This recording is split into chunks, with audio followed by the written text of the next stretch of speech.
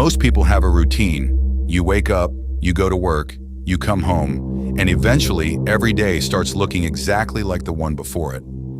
That was how life felt for Daniel Carter. At 29 years old, Daniel lived alone in a small apartment on the edge of a quiet town in northern Ohio. Nothing exciting ever happened there. No major crimes, no strange disappearances, no urban legends. Just rows of identical houses, empty streets, and neighbors who barely knew each other's names. Daniel liked it that way. After spending years in crowded cities, silence felt comforting, predictable, safe. But everything changed on October 14th. It began with a knock, 3 slow knocks.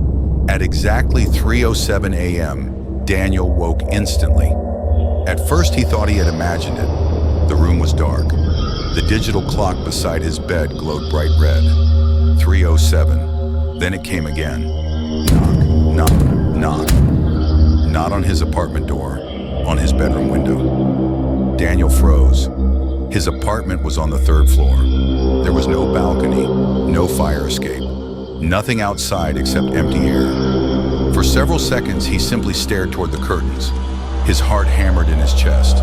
Another 3 knocks, slow, patient, almost polite. He grabbed his phone and turned on the flashlight.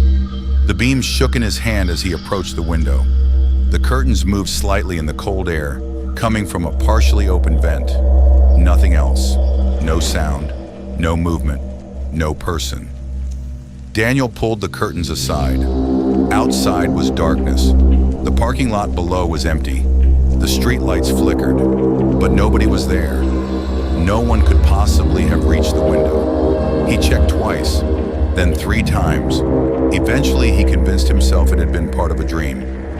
A strange combination of exhaustion and imagination. He returned to bed.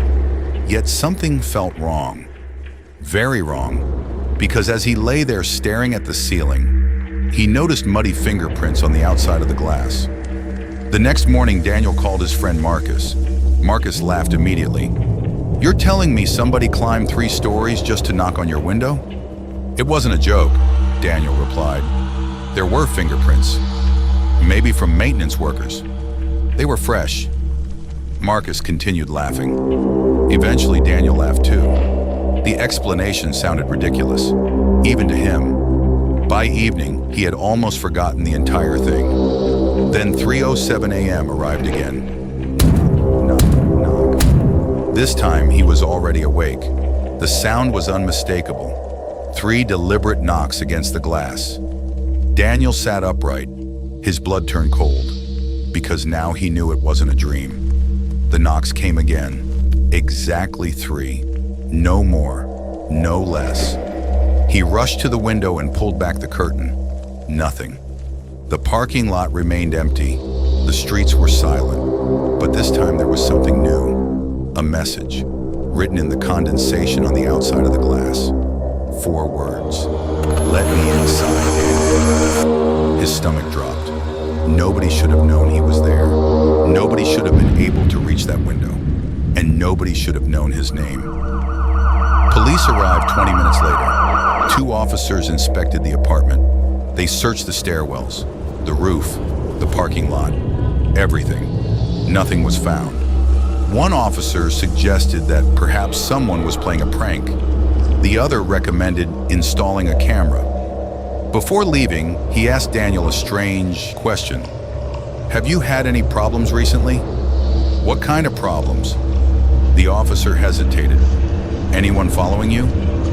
"No." "Any enemies?" "No."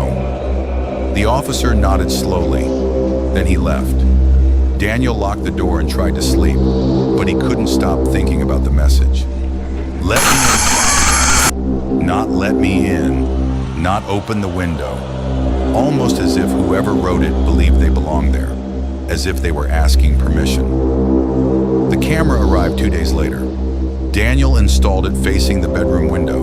If somebody returned, he would finally know the truth. That night, he sat awake waiting. 1 a.m., 2 a.m., 3 a.m., nothing. Then 3:07. Knock, knock, knock. The sound exploded through the room. Daniel jumped up. The camera light blinked. Recording. For the first time, he wasn't afraid. He was excited. Finally, he would catch whoever was responsible. The knocks continued. 3. Pause. 3 more. He ran to the window, pulled back the curtain. Again. Nothing. No person. No ladder. No rope. No explanation. Only darkness. But this time, there was another message, written beneath the first one. Why won't you let me in? The next morning, Daniel reviewed the footage. At first, everything appeared normal. The empty room, the dark window, the digital clock. Then 3:07 appeared. The knocking began. Daniel leaned closer to the screen. His breathing stopped.